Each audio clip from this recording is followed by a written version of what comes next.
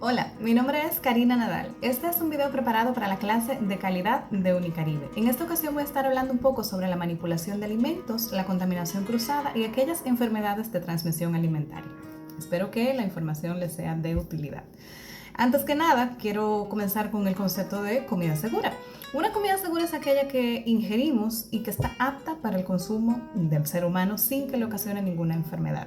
Es la que le va a proveer a nuestro organismo las vitaminas, hidratos de carbono, proteínas, grasas y todos aquellos elementos que son de beneficio para nuestro organismo.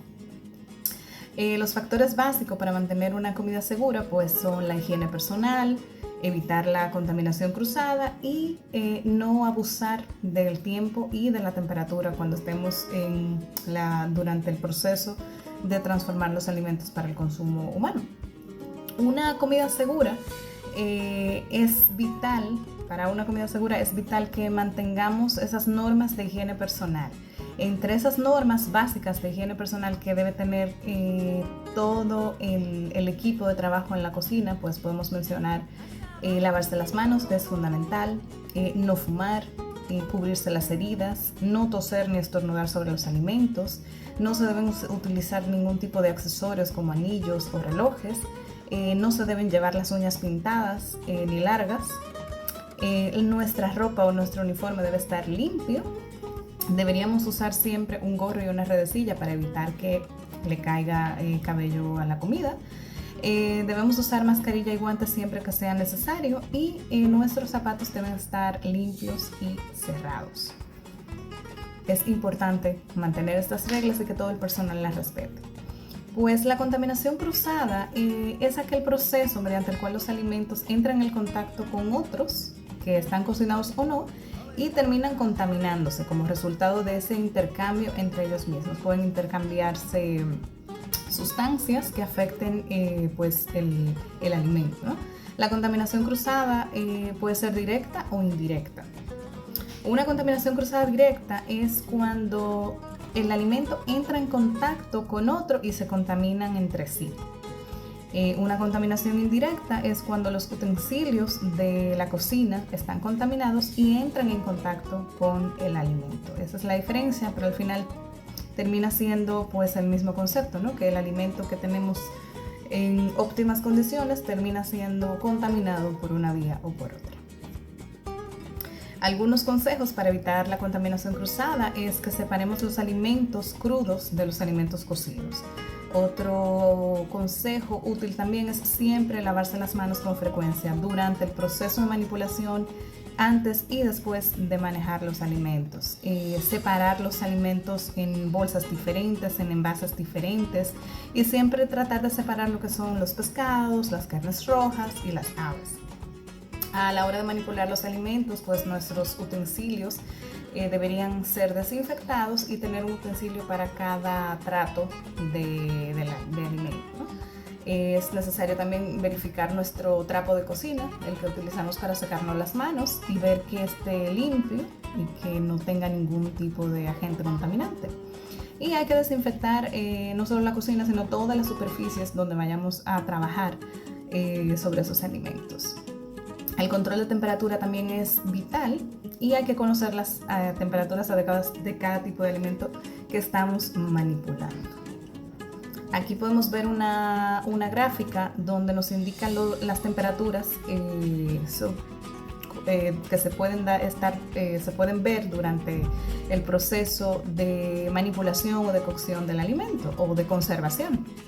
Si vemos, por ejemplo, la segunda imagen, nos dice que la zona de peligro está entre los 5 grados y los 65 grados Celsius. Eso quiere decir que en ese rango de temperatura, pues se pueden producir bacterias y agentes que provoquen enfermedades de transmisión alimentaria.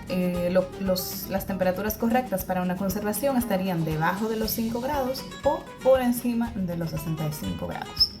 Esto es importante siempre tener en cuenta al momento no tanto de servir, sino también de conservar los alimentos.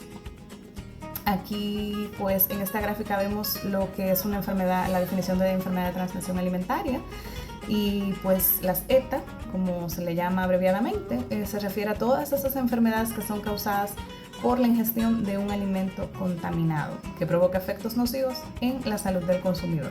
Estas se pueden clasificar en infecciosas, que son causadas por microorganismos, parásitos o por virus. También las ETA pueden ser consideradas intoxicaciones alimentarias o por agentes toxi-intoxicantes. Las causas, pues, como vimos anteriormente, regularmente se debe al irrespeto en la manipulación del alimento y en el mal manejo de las temperaturas, sea de cocción o de conservación. También puede ser por falta de higiene por parte del manipulador, por algún producto contaminado que entre en contacto con el alimento, pues mal almacenamiento de los productos, de la materia prima, o algún producto que hayamos adquirido en malas condiciones y se mezcle con los demás ingredientes. Puede ser por un agente contaminante a través del agua, si no utilizamos un agua potable para la cocción, y infinidad de causas, pero las básicas siempre son por un mal manejo directo con el alimento o una mala conservación o una mala temperatura. Entonces debemos evitar a toda costa que el alimento sea contaminado para evitar estas enfermedades de transmisión alimentaria. Aquí podemos ver de manera resumida cuáles son aquellas categorías de alimentos que más suelen contaminarse o que más suelen causar enfermedades de transmisión alimentaria. Y según esta información, pues los mariscos son los que lideran el top de alimentos que más suelen contaminarse. Luego le siguen los vegetales, las frutas, las hierbas, los lácteos, los granos, las carnes, las nueces y las semillas. Entonces, esto se debe a que son productos más frágiles y que tienden a que su manipulación sea más delicada y sean más sensibles a que las bacterias y los microorganismos se desarrollen en ella. Por eso es muy importante que siempre que estemos manejando este tipo de ingredientes, pues le prestemos la atención adecuada. Y para finalizar, quiero hablar un poco sobre la diferencia entre infección e intoxicación, ya que regularmente se suelen confundir pues los términos, ¿no? Y una infección sería aquella que es causada por una ingestión de bacterias. Da unos síntomas más leves como dolores intestinales y en algunos casos puede ocasionar diarrea y vómito.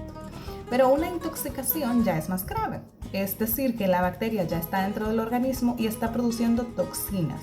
Entonces, estas toxinas pues sí ocasionan síntomas más severos como fiebre y síntomas neurológicos, parálisis de extremidades, párpados y músculos, dificultad para respirar y otros. Entonces ya es importante detectar a tiempo estos síntomas para que la persona que lo sufra pues pueda acudir a un médico lo antes posible.